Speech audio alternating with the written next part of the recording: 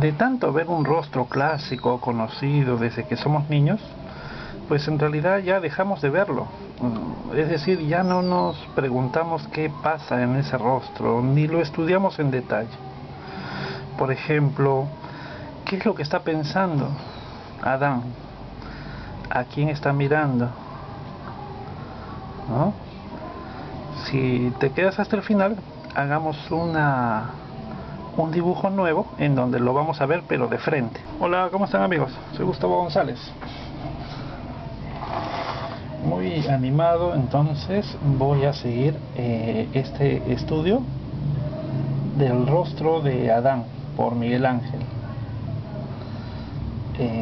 Lo estoy haciendo con polícromos. El Fernando dice que agradece mucho los videos con polícromo porque le gusta esta técnica de lápices de color. Yo más bien te agradezco, Fernando, por seguir el canal.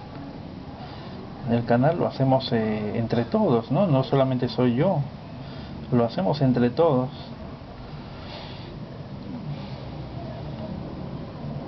Somos parte de un ecosistema en donde los comentarios, el apoyo, en todo sentido van dando fundamento, ¿no?, a las clases semanales, y se va haciendo poco a poco un taller, ¿no? Un espacio de elaboración y de estudio. Bien, creo que cuando verdaderamente copiamos, nos acercamos a lo que el artista, en este caso Buonarroti, ha querido representar, porque comenzamos a no solamente a verlo superficialmente, sino reproducir, digamos, centímetro por centímetro, esta recreación, ¿no?, del primer hombre. Entonces el dibujo suele ser así como un acto reflexivo, un estado de nuestra mente en donde estamos tratando de estudiar una forma, pero esta forma es tan fuerte, tan simbólica para todo ser humano, que inmediatamente nos sentimos conectados, ¿no?, hasta en el alma.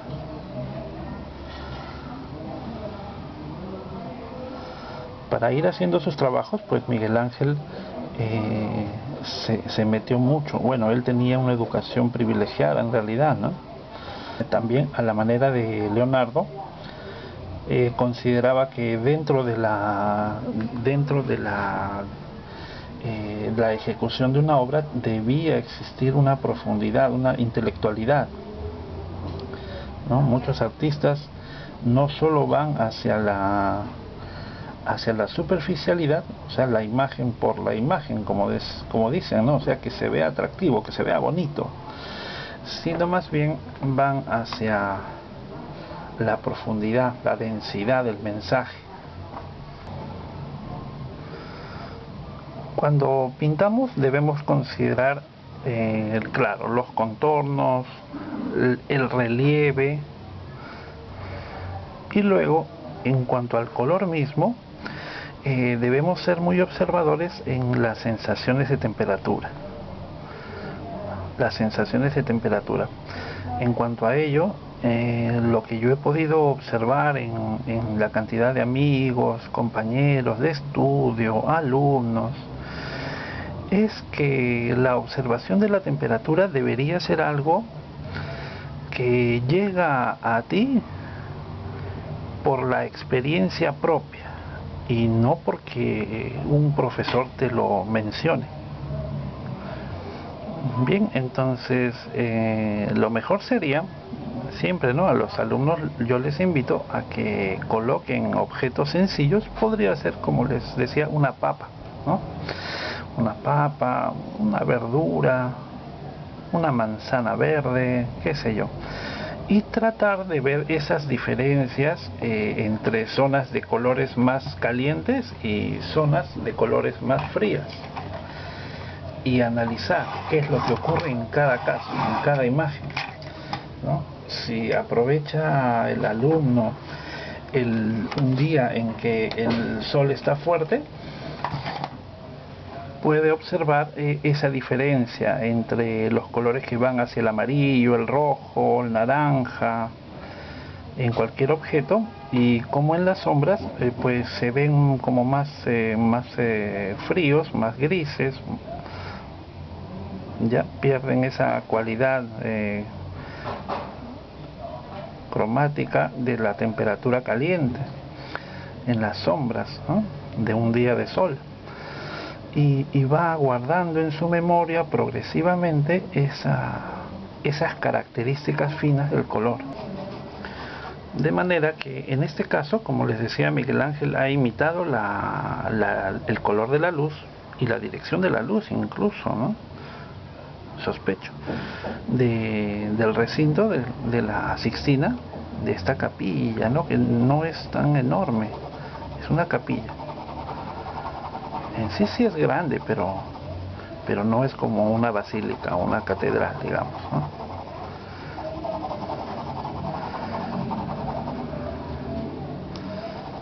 Y esta sería una de las partes centrales, ¿no?, la creación del hombre.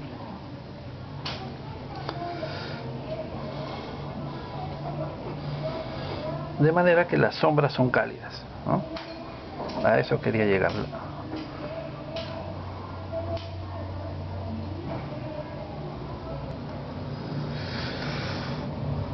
Bien, ahora trabajaré un poco el área de luz.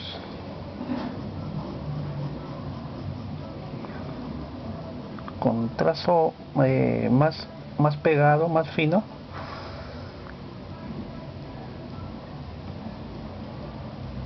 Y ya solamente dejando el papel crudo, limpio, en las áreas más luminosas.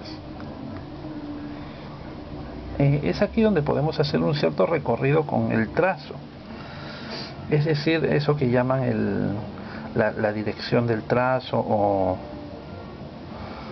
el trazo descriptivo de la superficie. Entonces es como si hicieras unas olas, por ejemplo. Acá hay un relieve, ¿no?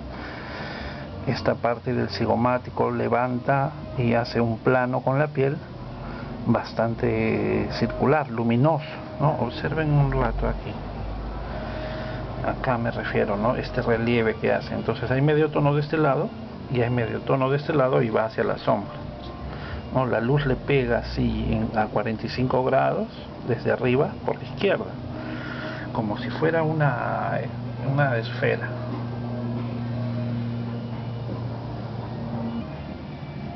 Y acá es un poco más recto, o sea, yo también hago el trazo con una curva más recta.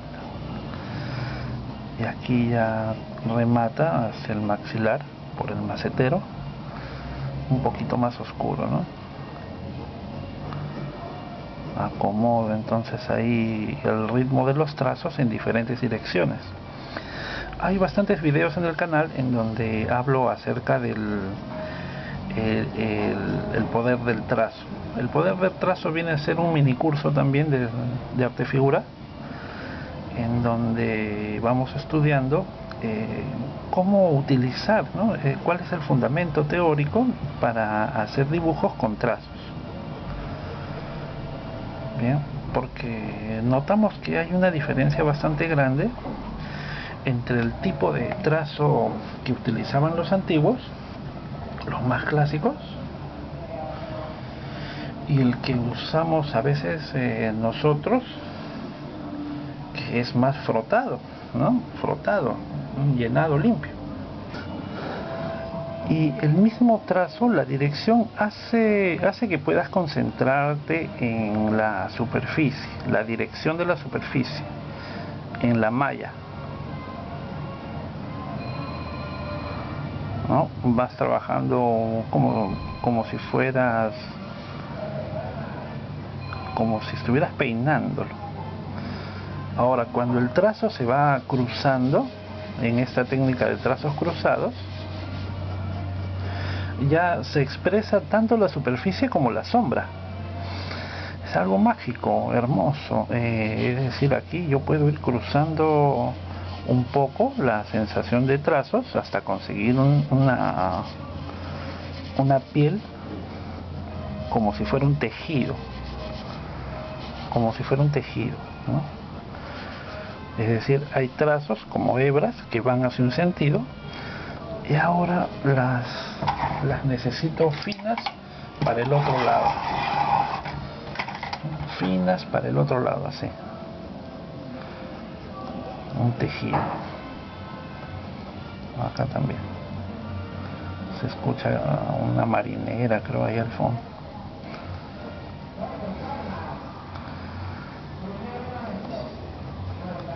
Debe ser una actuación del colegio. Por acá, por mi distrito, cerca de mi casa, en Magdalena, hay muchísimos colegios, ¿no? A donde voltee yo hay colegios.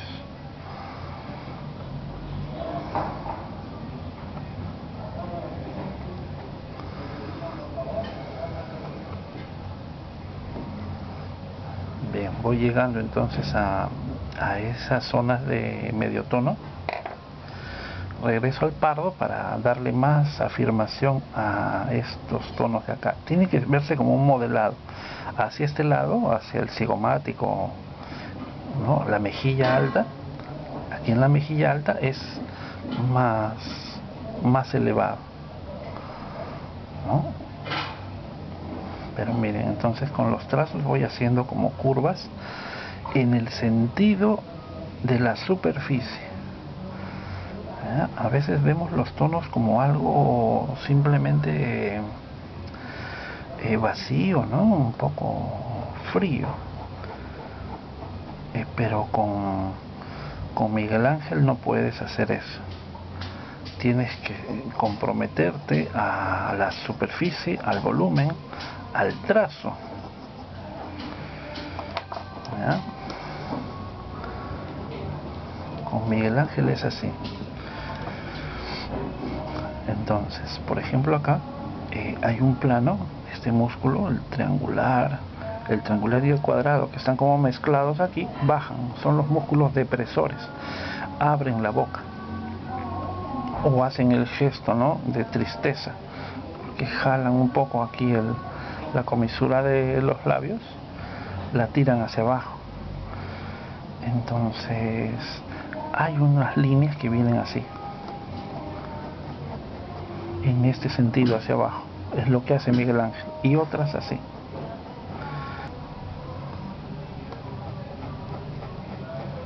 Pequeños tramos entonces donde el trazo cambia.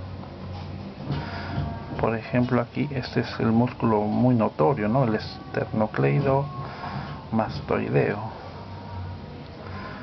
que en realidad se agarra de más atrás, ¿no?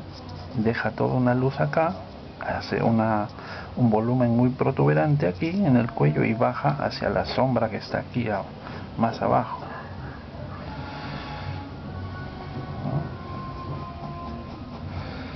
Y todo este sector del cuello, toda esta parte es muy intensa en sombras, ¿no? Es lo que le da como una apariencia de pedestal, todo este sector de aquí. Termino de hacer el borde por los puntos, ¿recuerdan?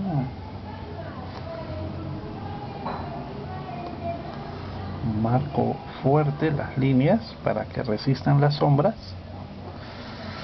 Y este es un pardo distinto con el que empecé un poco más neutro, con un gris, un pardo un poco más agrisado, y este de acá es el 280 de los polícromos.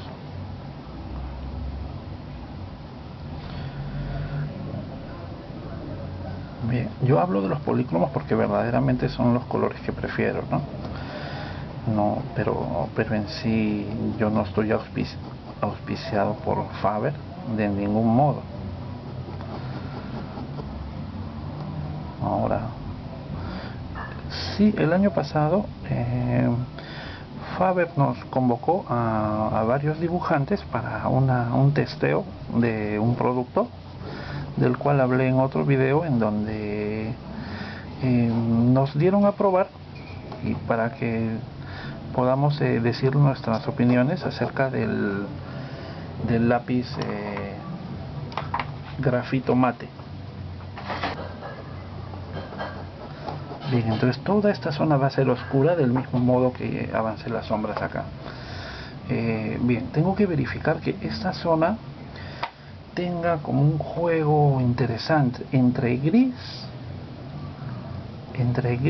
y cálida, ¿no? Justo aquí abajo ha mezclado Miguel Ángel unos colores allí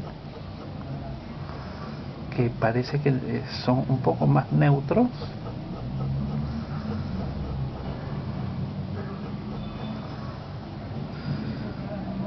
Es talo, un azul de talo.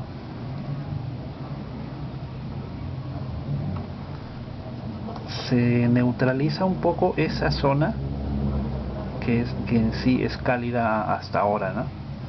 Por acá tiene diversos lugares.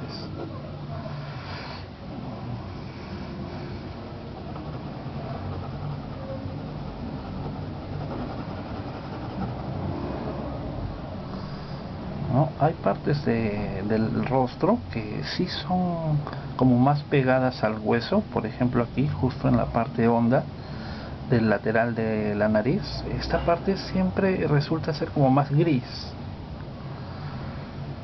¿no? El blanco del ojo a veces no es blanco puro, no lo dejen tan claro tampoco.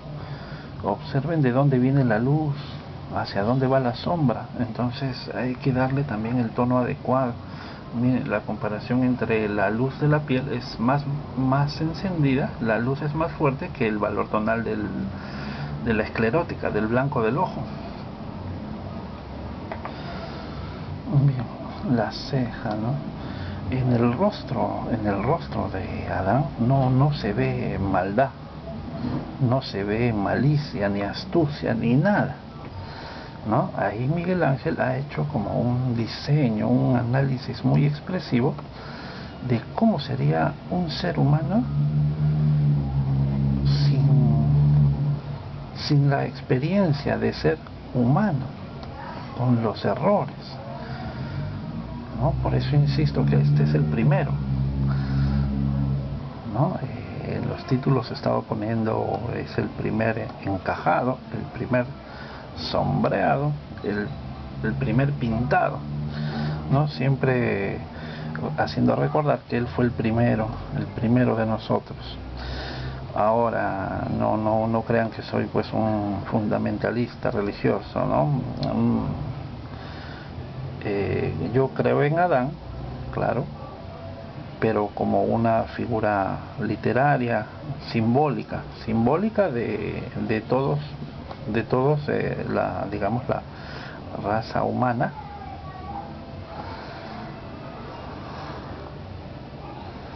Bien, que definitivamente tuvo un inicio, ¿no? Yo no veo una disociación entre la ciencia y la parte religiosa.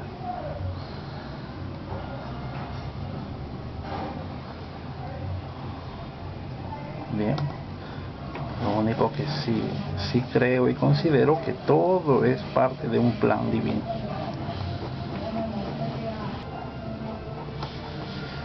Bien, tiene que haber relieve acá. En mi ilustración llega a un tono que es tan alto que ni siquiera el blanco del polícromo puede llegar a darme. No lo veo así. Me deja un blanco, pero es como bastante apagado, digamos, ¿no? Vamos a llevarlo a ver hasta donde podamos. Hay blanco ahí, hay blanco acá.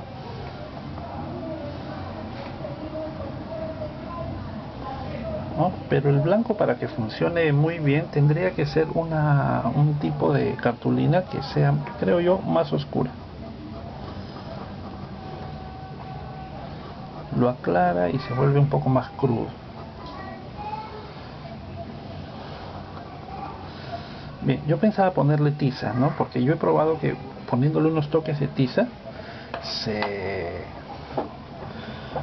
de verdad que se enciende la luz.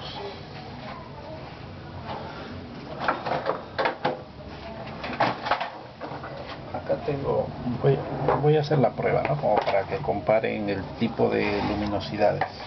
Tengo unas tizas. Voy a tomar la blanca y voy a darle, a ver, unos toques, ¿no? Por ejemplo, acá la luz es tan fuerte que creo que con el polícromo no me va a quedar esa reflexión de la luz. Es algo parecido a lo que ocurre con el óleo, ¿no? Buscamos la opacidad extrema, o sea, la densidad, la opacidad del material, para que se pueda expresar esos golpes de luz fuertes, ¿no? Ven qué fácil es con la tiza, ¿no? Eso ocurre porque es un material que hace una reflexión fuerte, directa, ¿no? La materia misma de la tiza se superpone al papel, lo llena en absoluto y ofrece una reflexión fuerte. Me da un tono que ya se parece bastante al modelo. En cambio con el polícromo resulta ser como un blanco, pero su cremosidad hace que se funda con el papel y no refleja tan fuerte, ¿no? Queda como un gris, ¿no? Puede servir para los grises. Ahora el problema estaría en que esos toques de tiza tendrían que ser muy protegidos para que no se salgan con un toque, con un frotado. Si yo pongo un papel encima se va a ir saliendo, ¿no?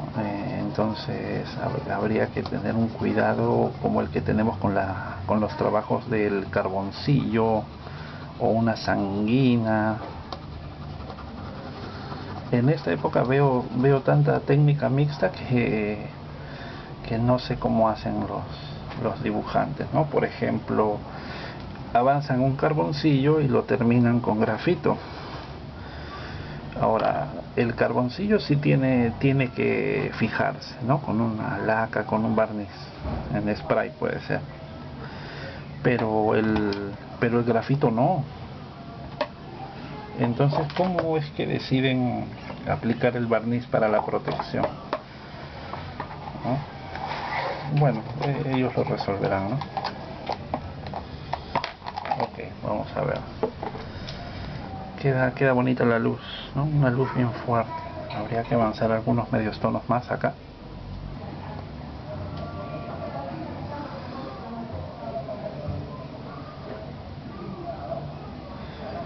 Bien, y a veces incluso siendo una copia, tú puedes sentir que es como algo personal, así bastante tuyo, si es que le das algún giro, por ejemplo, compositivo, ¿no? Me gustaría avanzar un poco más el celeste del fondo, pero no terminar mucho la parte de abajo. Entonces ya tú mismo haces un propio trabajo, ¿no? Según tu agrado, según el modelo. Artísticamente es lo que siempre deberíamos hacer, ¿no? Tener decisiones de ese tipo en todo momento.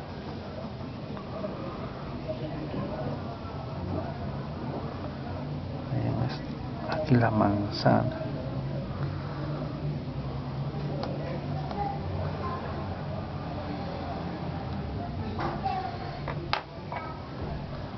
¿No? Hay sectores que son bien suaves, ¿no? El encaje es como duro, ¿no? Una visión muy dura, pero cuando ya llegamos al momento del volumen, el relieve, y sobre todo de la piel, entonces tenemos que suavizar el efecto, los efectos tenemos que suavizarlos. Si por ejemplo el ojo se va esfumando hacia los lados, ¿no? Hacia los lados, entonces nosotros también tenemos que hacer tal cosa. A veces no observamos eso. nos hace falta una técnica más naturalista, ¿no? La palabra copiar a veces es muy mal vista, ¿no? Yo creo que es porque es mal entendida, ¿no? Cuando yo hablo de copiar, por ahí alguien con cierta experiencia en arte en sí podría decirme, no, pero el arte no tiene que ver con el copiar. No les digas a los alumnos que van a copiar, porque el arte no tiene que ver con eso. El arte es interpretación, ¿no? Es creatividad. Ah, sí, claro, pero lo que hay que entender es que yo suelo hablarle a los artistas en formación que justamente necesitan tener una técnica visual y operativa con la mano, con los materiales, para poder llegar progresivamente a eso, ¿no? A producir arte. Entonces esas técnicas obviamente que tienen que ser lo que llaman mímesis, ¿no?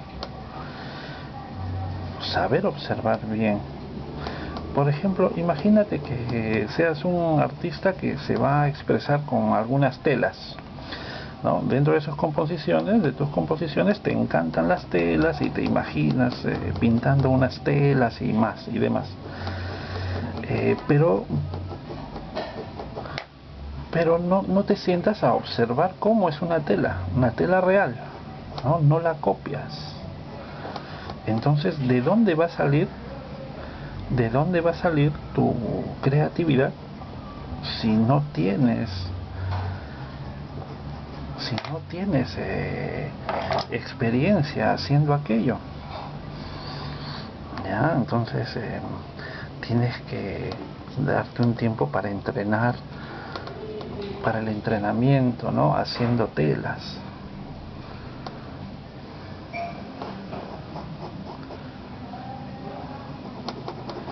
Obtienes todos los datos que necesitas de las telas reales y ya procedes, ¿no? Y te va a quedar bien, te va a quedar siempre atractivo tu trabajo, muy bien fundamentado, porque tienes una experiencia, un bagaje en ese asunto,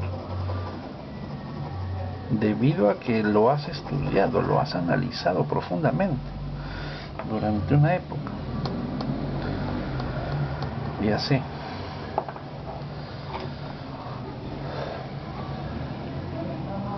Entonces copiar no debería verse como algo malo, ¿no? En los primeros años nos vamos a pasar mucho tiempo observando la naturaleza, ¿no? Un dibujante figurativo es un gran curioso, es un gran observador.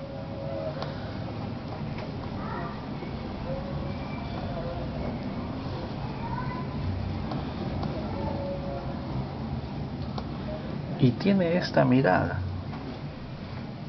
Así es un dibujante verdadero. Tiene una mirada inocente. Siempre está como maravillado de lo que ocurre. Bien, acá hay unos trazos delicados que van marcando un poco los músculos. Yo acá en el rostro veo como un corazón. No sé, me da la sensación de un corazón.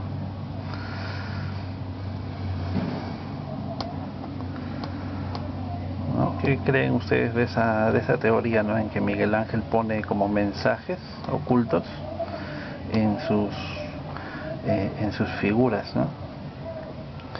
Bueno, yo creo que ni tan ocultos, ¿no? En el juicio final pone a muchos de los santos desnudos.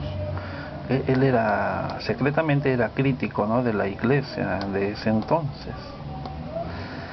Y pone a muchos de ellos, muchos de los santos y personajes del juicio final, los pone de espaldas y incluso observándose los glúteos, ¿no? El trasero, que bueno, siempre ha sido como un insulto, ¿no? ¿no? Ya está como bastante retocado. Tal vez lo retomo más adelante. Ahora lo prometido, a ver, vamos a hacer un dibujo de imaginación, ¿eh? Un dibujo de imaginación. ¿Cómo sería Adán si pudiéramos verlo de frente? Bien, este tipo de dibujos imaginativos es muy fuerte. Es decir, nos consume mucha energía mental, porque no es algo que lo tengamos allí delante copiándolo, ¿no? Tenemos que con estos datos hacer un rostro. Bueno, la técnica que utilizaban muchos de estos maestros clásicos es la del ovoide, ¿no? ¿Recuerdan? El ovoide. Entonces es un círculo que se estira hacia abajo como la forma de un huevo, ¿no? Pero observemos, Adán está tirando la cabeza de lado, tirando la cabeza hacia atrás, ¿no? Entonces debemos hacer una inclinación acá, y ahora sí lo voy. Pero qué tan larga es su cabeza. Me parece que no mucho, ¿no? Tiene una cara como más redonda, porque bueno, se considera que el círculo vendría a ser una forma más perfecta, ¿no? Que no tiene fin en el recorrido lineal. Bien, guarden entonces ese recuerdo, ¿no? Debería mostrar un rostro sencillo. Miren el tamaño del mentón, es redondito, fuerte, pero pequeño, ¿no? Más o menos por acá, si este es el mentón, por acá debería estar la boca. Tiene el labio de abajo bien formado, es decir, sus labios son gruesos, ¿no? Entonces voy marcando un poco las líneas de proporción.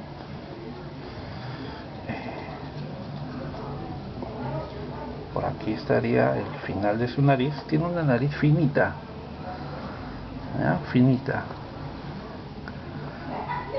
como en punta un poco, ¿no? Y los laterales también bastante finos. A ver, la medida hacia la mitad de las cejas, y por aquí estarían las cejas. Él está haciendo un gesto. Él está haciendo un gesto como de extrañeza, ¿no? ¿Qué pasa aquí? ¿No? ¿Qué es todo esto? Vamos a ver. Por aquí debe ir su rostro y el lateral se va para atrás. La frente no parece tener una frente muy grande. O sea, si estas son las cejas, la frente creo debería ir por ahí. Y tiene un peinado muy normal, diría yo, ¿no? Con rizos, pero muy circular su peinado. Vamos a ver, ¿no? Si este es el cráneo, el peinado debería ir un poco hacia arriba, ¿no? Pero sin perder esta sensación fuerte de circularidad. El mentón pequeño, como dijimos, ¿no? Y tiene el macetero fuerte.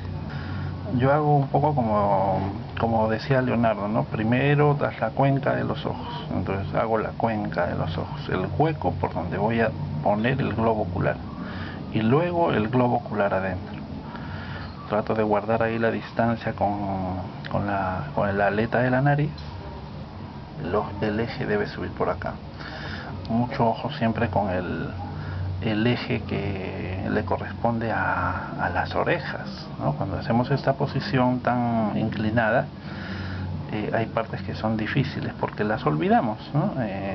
Por ejemplo, a ver, la boca ahí, ¿no? Bien sensual, el labio de abajo, y así, ¿no? Medio cuadrado. Y tiene como una leve sonrisa de inocencia. Bien, entonces la oreja habrá que ponerla un poco hacia abajo, ¿no? Él está como mirando hacia arriba, ¿no? Entonces se ve que tiene orejas así como algo redondas, así nomás. y el eje de las orejas entonces vendría por acá y acá igual. Luego las medidas hacia la línea media tienen que corresponderse, 1, 2, está bien. La salida de la oreja hacia la línea media, 1, 2. Bien, si lo hacemos despacio, si tengo cuidado y me concentro, creo que puede quedar bonito. Vamos a ver, aquí terminaría el malar. Él tiene el malar así hinchado, ¿no? Hace que su rostro se vea como más de niño, ¿no? Entonces aquí un poco más hinchado. Por ejemplo, en este caso, si se dan cuenta, yo no estoy encajando nada, estoy utilizando directamente el método constructivo. Pero eso ocurre porque estoy imaginando un rostro, ya no estoy copiando un rostro de un modelo. No tengo modelo, solo tengo los datos de su perfil, pero no tengo un modelo. Entonces, en esos casos, miren qué interesante, si utilizo el método constructivo. El método constructivo se refiere a los ejes, una forma básica, genérica, humana, ¿no? Pero ya no estoy haciendo un retrato, con un modelo ahí delante, ¿no? Y vamos a darle la misma iluminación, ¿no? Esta distancia hasta el lacrimal debería repetirse del otro lado. Dicen que siempre colocar el segundo ojo, una vez que ya has puesto el primero, si vas colocando el otro, ay, es lo difícil, dicen, o sea, te hace sufrir un poco para que coordine bien el dibujo del segundo ojo. Por eso es que haces 2 rayas acá y vas hacia el otro lado, ¿no? No terminas de hacer el ojo de un lado y luego haces el otro, porque no es estratégico. Bien, bueno, vamos a ver. Las cejas, tengo que eliminar todo detalle que se vea por en medio de las cejas, ¿no? Porque si no perdería ese gesto de inocencia, ¿no? ¿Han visto a las personas que tienen acá muy marcado? Pues entonces ahí ya no se ve, ya no se ve la inocencia, ¿no? que pretendemos aquí. Aún bien, los párpados, su ojo está inusualmente muy abierto, ¿ya? Porque Miguel Ángel lo que está queriendo es darnos una idea de, ¿cómo se dice?, de asombro, de gran asombro,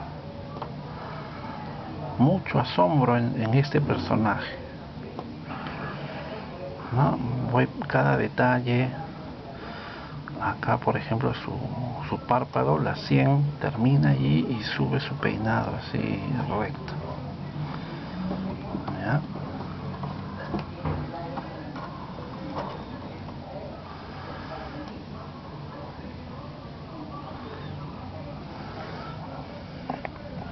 El video está largo. Si es que llega a cortarse por mi memoria, seguimos inmediatamente, ¿ya?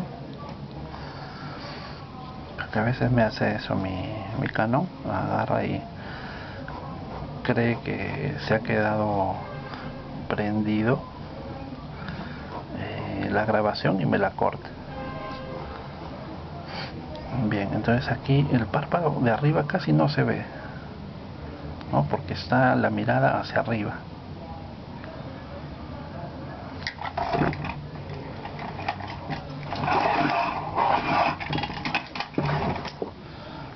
Bien, acá el labio es como... Oh, ¿qué pasó? Ese no va a escapar. Y aquí este punto marcaría el iris, ¿no? La entrada. Entonces esa misma distancia la repito así del otro lado para que haya una absoluta simetría. Entonces ese punto debería estar acá. También en los rostros de los niños, porque queremos darle una sensación de inocencia tal como si fuera un niño, ¿no? Miguel Ángel un poco que eso es lo que se imagina y por eso lo dibuja así con el ojo tan grande y el rostro tan circular, casi como los de los niños pequeñitos, ¿no? Entonces hay que tener como una cierta separación entre los ojos. Los niños tienen los ojos grandes y un poquito más separados que en el adulto. Ya, acá entonces es una entrada de eso.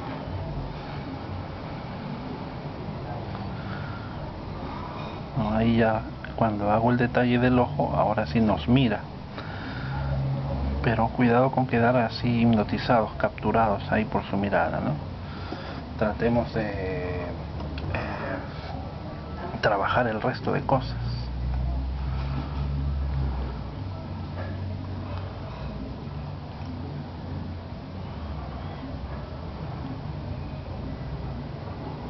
Tiene los ojos pardos.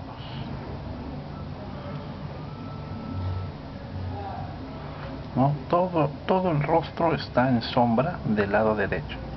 La sombra que le cae viene así un poco ya a cubrir todo este espacio, pero creo que vamos a estirar un poquito más. Estiremos un poco más la sombra hacia este lado, o si no nos va a quedar como muy oscuro todo, ¿ya?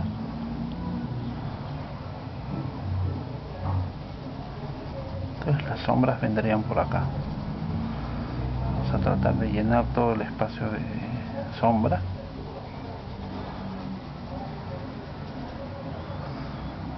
¿No?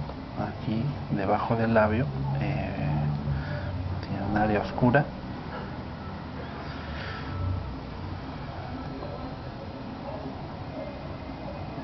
Hay que marcar fuerte la línea de abertura, ¿no?, de la boca.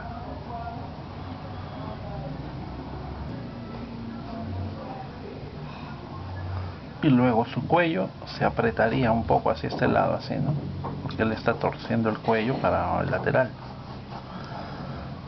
Por aquí la tráquea, la manzana que se ve fuerte, y de este lado así como el cuello, que aparte es un cuello bien fuerte, ¿no?, bien grande, así como torcido. Luego ya acá viene el trapecio, ¿no es cierto?